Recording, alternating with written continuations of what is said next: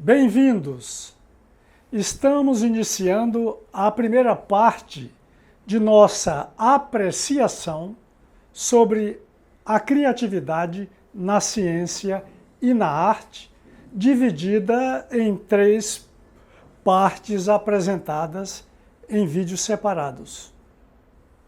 A tendência das pessoas em geral é cultuar e eternizar as mesmas coisas, defendendo os padrões convencionais com fervor quase religioso.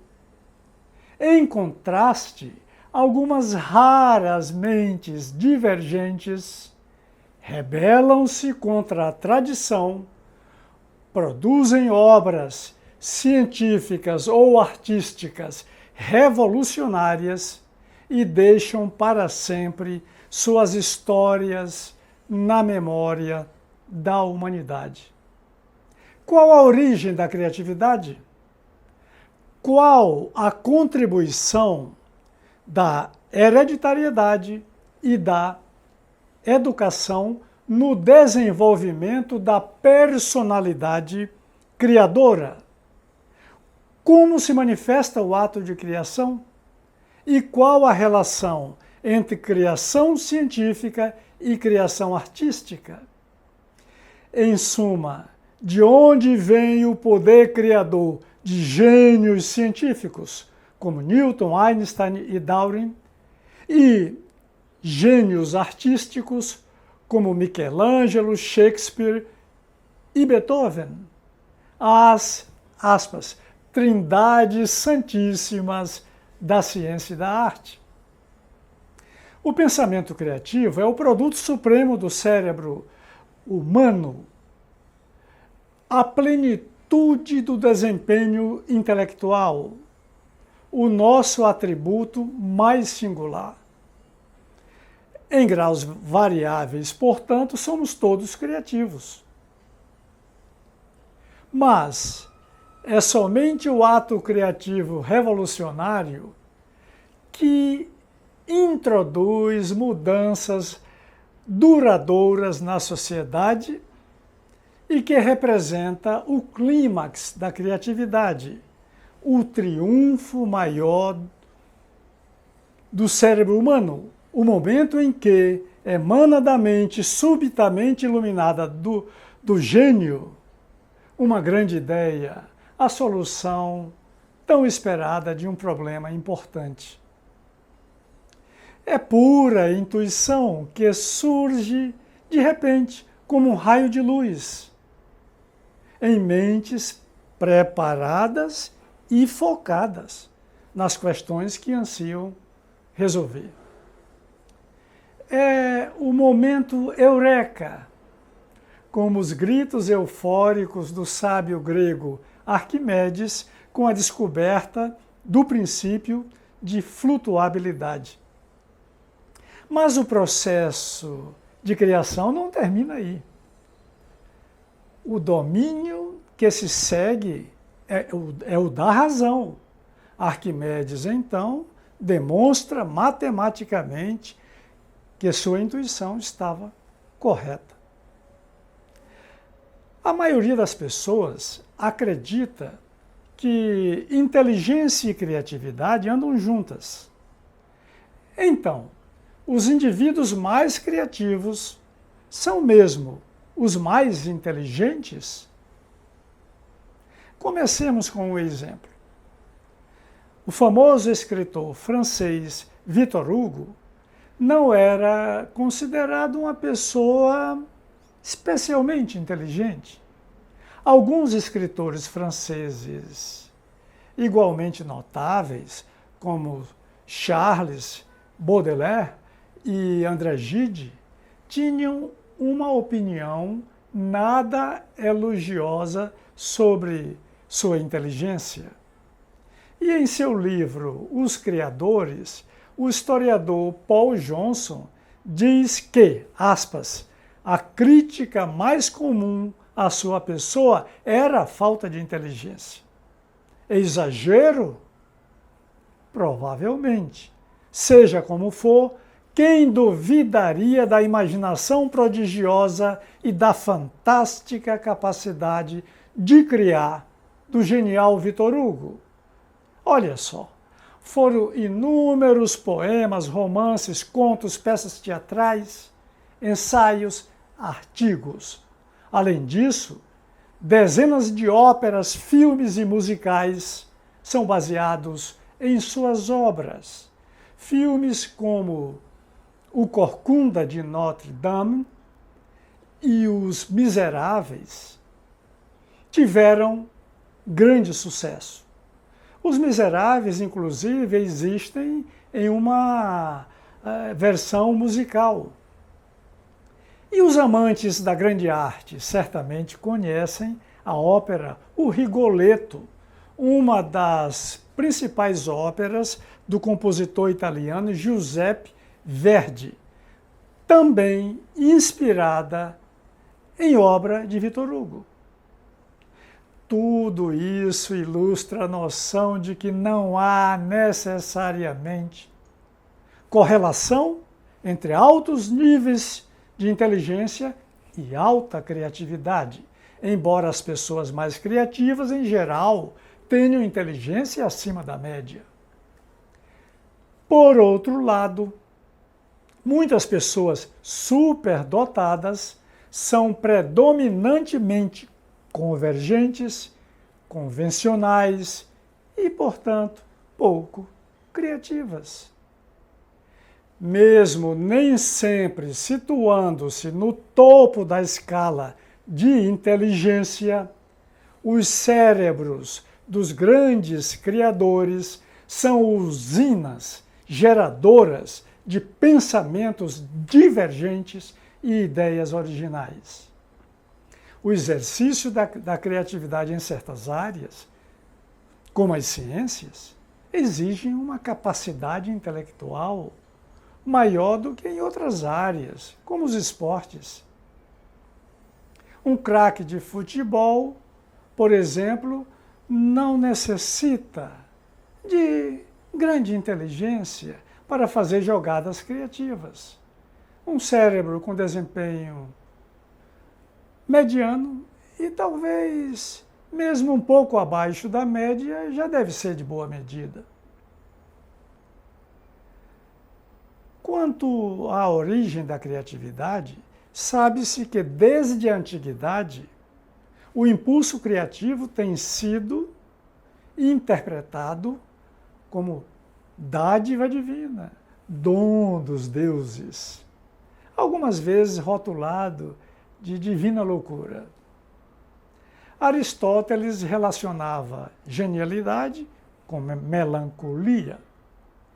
E o pesquisador e escritor inglês Francis Galton sustenta em sua influente obra Gênio Hereditário que o gênio já nasce feito.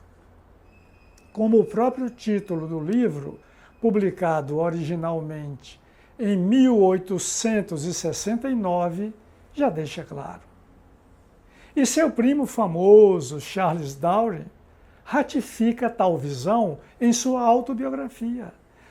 Darwin diz que concorda com Galton em sua crença em que a educação e o ambiente surtem apenas um pequeno efeito na mente de cada um, e que a maioria de nossas qualidades é inata. Muitos pesquisadores renomados contemporâneos também parecem concordar com Galton.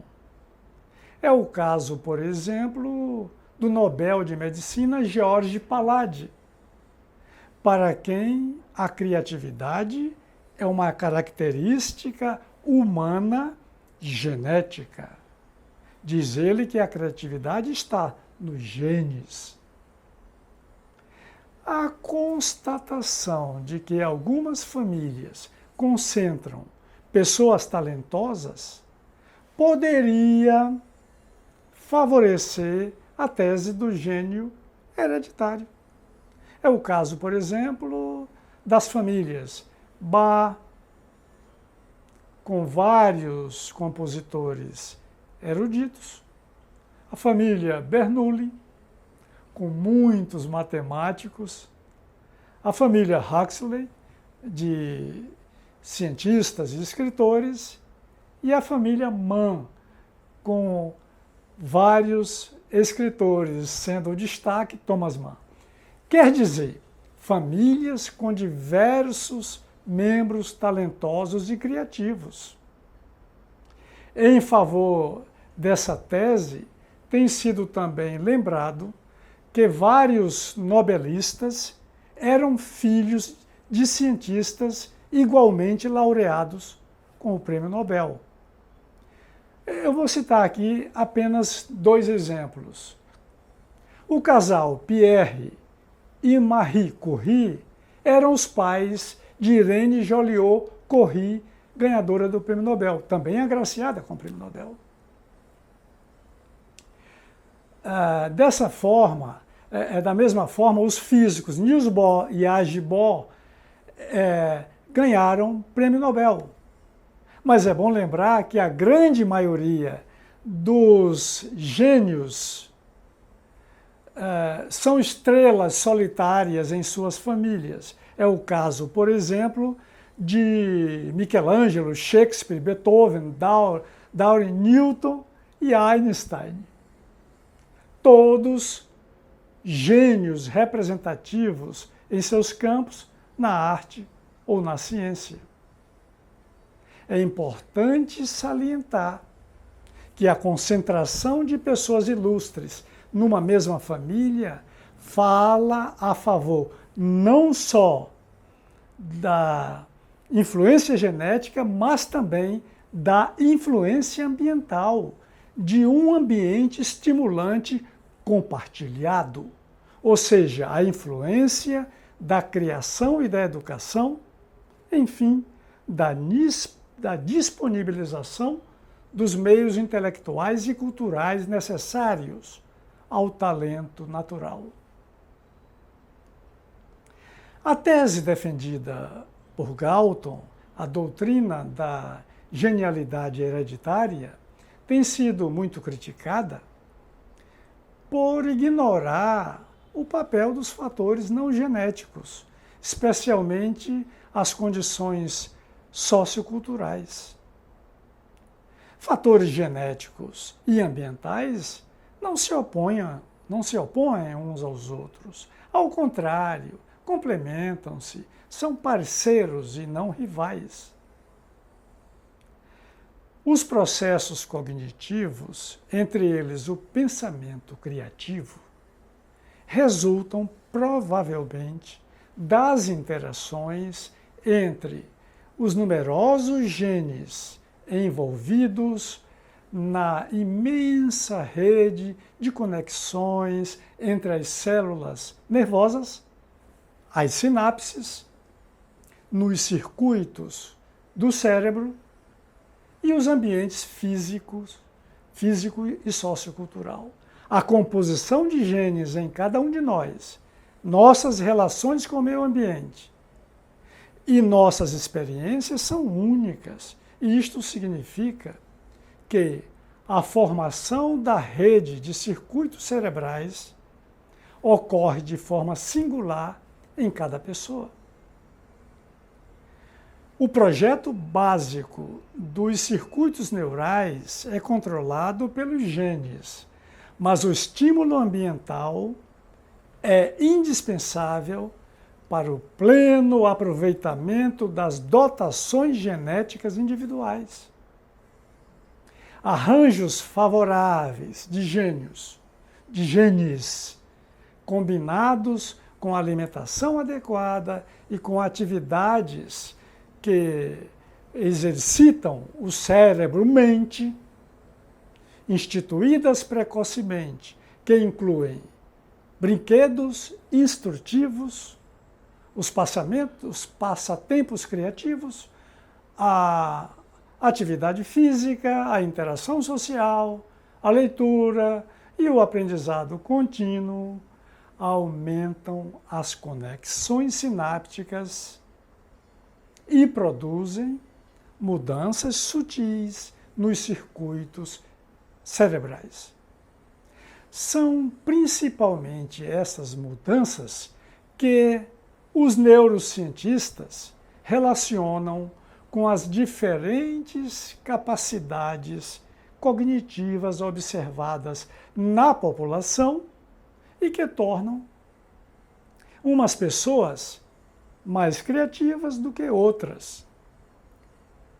Graças à sua plasticidade, nosso cérebro está sempre mudando, formando novas sinapses e reconfigurando seus circuitos em resposta aos novos estímulos e desafios do mundo exterior. A semente da criatividade e da genialidade é genética, mas ela só germina e frutifica quando cultivada em ambiente fértil. Um patrimônio genético favorável é indispensável, mas não suficiente para produzir o gênio criador. Apoiado nos fatores hereditários, o talento criativo tem na infância suas manifestações iniciais e sob condições educacionais estimulantes, dentro e fora da família, que incluem especialmente o exercício intelectual contínuo, vai se moldando a personalidade do criador adulto.